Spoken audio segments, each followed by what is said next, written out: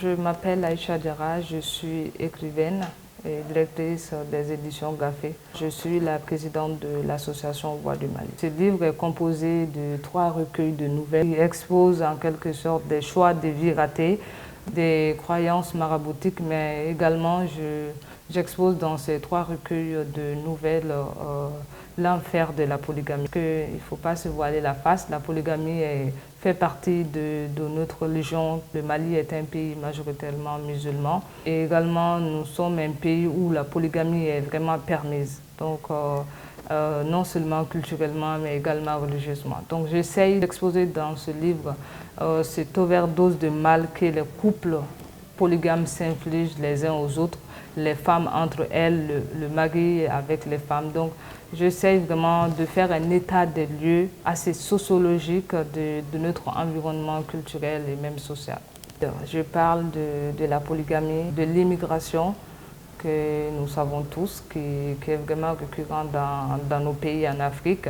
Mais je pose vraiment la question, pourquoi partons-nous de nos pays? Pourquoi quittons-nous nos pays? Parce que la vraie question se trouve là. Pourquoi? Parce qu'il ne suffit pas seulement de se demander pourquoi nous quittons nos pays, pourquoi, mais il y a un autre constat qui est là, qui fait que nous sommes obligés souvent de quitter nos pays pour aller, comme souvent nous le pensons, pour accéder au paradis. Alors que l'Occident n'est pas forcément le paradis. Donc, j'essaye de contextualiser ces problèmes-là au Mali, mais je parle dans ce livre également de chômage, de l'éducation, de la gouvernance. Mais les 2 thèmes principaux vraiment qui sont le fil conducteur de ce recueil de nouvelles, c'est la maraboucratie et la polygamie. Dans ce recueil de nouvelles, je fais un état des lieux des couples polygames. Je fais un état des lieux de la polygamie en général, qui est vécu dans notre pays, comme je fais un constat sur plusieurs femmes que j'ai eu à côtoyer, qui voient vraiment et qui vivent une situation polygamique assez frustrante et assez vraiment qui leur cause du tort, non seulement psychologiquement, mais également moralement. Donc j'essaye vraiment de faire un état des lieux de l'environnement polygamique de notre pays.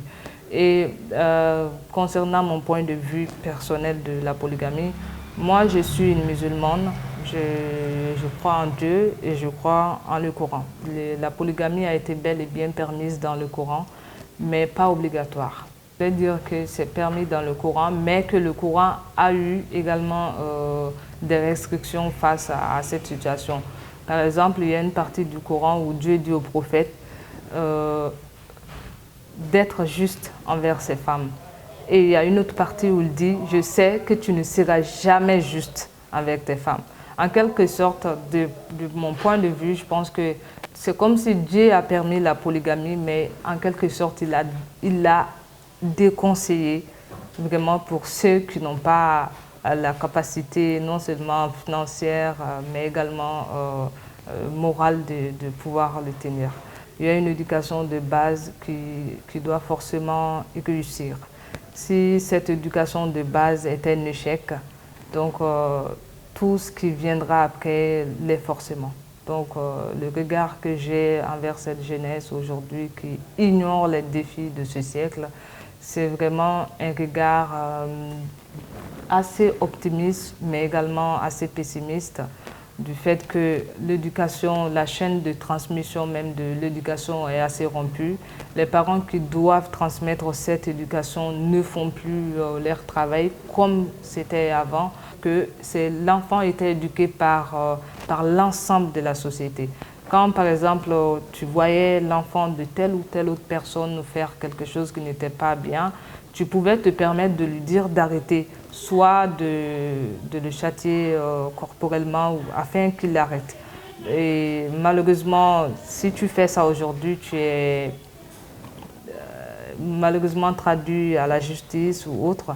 Donc, ce qui fait que la société même s'est désengagée de l'éducation des enfants. Donc, les enfants grandissent et là deviennent des hommes et des femmes. Et malheureusement, cette éducation a été rompue et c'est vraiment déplorable pour notre société. Parce que nous sommes en train de prendre exemple sur des sociétés qui ne sont pas du tout en accord avec nos valeurs sociétales. Et ça joue vraiment sur notre évolution. Mais je vois également une jeunesse qui est très inspirée, qui est en train de s'intéresser aux actualités politiques, culturelles et sociales. Je vois une jeunesse vraiment engagée à prendre son destin en main. Je vois une jeunesse également qui s'intéresse aux nouvelles technologies, qui veut aller de l'avant, qui veut accéder vraiment aux choses qui font avancer le monde. Mais malheureusement, nous ne sommes pas en train de contextualiser ces nouvelles technologies à nos contextes maliens. Donc, ce qui fait que j'ai un regard non seulement assez pessimiste, mais j'ai aussi un regard optimiste par rapport à la jeunesse. C'est Victor Hugo qui m'a vraiment très influencée depuis mon plus jeune âge parce que je me suis vraiment inspirée de lui et c'est à partir de lui que j'ai vraiment eu l'aspiration de devenir une écrivaine. Quand j'étais au premier cycle, j'ai lu un poème, ou bien c'est le prof qui a exposé un poème en récitation. On a récité ce poème de Victor Hugo, d'aimer dès l'aube à l'ère où blanchit la campagne. Donc ce poème m'a vraiment inspiré, j'ai essayé d'imiter cela. Donc j'ai pris un papier, j'ai griffonnais souvent, je me disais d'aimer dès le matin, j'essayais de remplacer les mots. Donc ça m'a beaucoup inspiré et la plupart du temps, sur la dernière couverture de mon cahier, j'essayais de griffonner des poèmes sur le tableau avant que le prof ne rentre en classe, des poèmes ou sur un mur quelque part ou des feuilles que je ramassais. Donc ça m'a beaucoup inspiré, ce poème de Victor Hugo. Mais plus tard, j'ai été influencée par d'autres auteurs africains, dont le Paul Sédar Senghor, Aimé Césaire, ces grands pionniers vraiment qui ont porté la littérature africaine très haut et qui se sont vraiment battus. J'ai vu à travers l'engagement de le Paul Sédar Senghor, Aimé Césaire, vraiment des gens qui se servaient de la littérature pour faire avancer l'Afrique. Et ça m'a beaucoup impacté. Du fait que la littérature n'est pas forcément un couteau ou bien une arme pour tuer, mais ils se sont vraiment servis de cette littérature pour s'imposer, pour imposer l'Afrique et pour imposer la littérature africaine au monde. Donc ça m'a beaucoup influencé. Si c'était un métier, j'aurais abandonné, hein. Mais c'est plutôt une passion qui me passionne. Donc pour moi, c'est une vraie passion que j'essaye d'exprimer et plus tard j'en ai fait même mon métier parce que je suis dans le domaine des livres, je suis une éditrice, donc c'est une passion passionnelle. La production littéraire n'est pas consommée au Mali. Pourquoi? Parce que c'est nos autorités même qui doivent montrer cet exemple. Vous allez voir que dans les programmes scolaires, les livres écrits par les Maliens, par les écrivains maliens sont assez rares. Alors que nous avons vraiment ces dernières années une panoplie d'écrivains, de jeunes écrivains qui sont en train de naître. Nous avons de grands écrivains ici au Mali qui malheureusement ne sont toujours pas exposés dans nos programmes scolaires.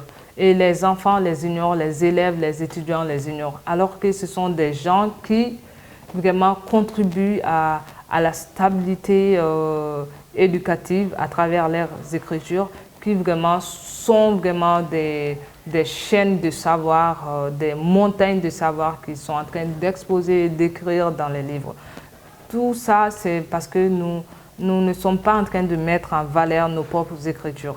Et ça a vraiment impacté ce monde-là, le monde littéraire au Mali. Et ce qui fait que malheureusement, les auteurs maliens ne sont pas denses sur le plan international. Comme je l'ai toujours dit, nous avons les meilleures écritures en Afrique. Nous savons écrire, nous avons les talents d'écriture, surtout les femmes écrivaines. Mais malheureusement, nos autorités ne sont pas ou n'ont toujours pas envisagé de mettre une politique de distribution des livres de nos auteurs ici, mais également qui n'ont toujours pas conscience du manque que nous sommes en train de créer dans ce domaine. Parce que, je vais malheureusement en parler, au Sénégal par exemple, il y a un fonds d'aide pour les livres, un fonds d'aide pour les éditeurs, je crois, qui s'élève à environ 1 milliard et quelques. Avant, c'était 600 et quelques millions, mais maintenant, le président sénégalais a élevé ce montage jusqu'à 1 milliard. Malheureusement, ce fonds même est inexistant au Mali. Nos autorités ou bien le ministère de tutelle n'arrive même pas à mettre une politique dans ce sens-là. C'est vraiment déplorable pour le monde du livre au Mali. Je dirais à la jeunesse que tout ce que nous voulons avoir dans la vie, tout ce que nous voulons devenir, tout ce que nous voulons faire, je pense qu'il y a déjà des gens qui ont exposé les meilleures astuces dans les livres. Donc, c'est à la jeunesse plutôt de s'intéresser aux livres pour pouvoir être ce qu'ils veulent être. Parce qu'il n'y a pas d'éducation sans le livre. Nelson Mandela l'a dit, une nation qui dit est une nation qui gagne. Donc, ce que je pourrais dire à la jeunesse, lisons et lisons encore. C'est vraiment, en quelque sorte, le seul moyen que nous avons à portée de main pour devenir ce que nous voulons être. Les moyens financiers et autres, ça vient après. Mais la lecture, nous l'avons à portée de main partout, dans les bibliothèques qui sont gratuites, etc. Je pense qu'accéder aux livres, c'est comme accéder à son avenir. Donc, j'invite vraiment la jeunesse à s'intéresser aux œuvres maliennes parce que nous, les écrivains, nous écrivons pour la jeunesse, nous écrivons pour la population. Si nous ne sommes pas lus, on se demande pourquoi avoir écrit. Parce que nous écrivons pour partager nos savoirs, pour partager nos expériences et nos connaissances. Si malheureusement il n'y a personne qui accède à ces connaissances, je pense qu'il n'y a même pas lieu d'écrire.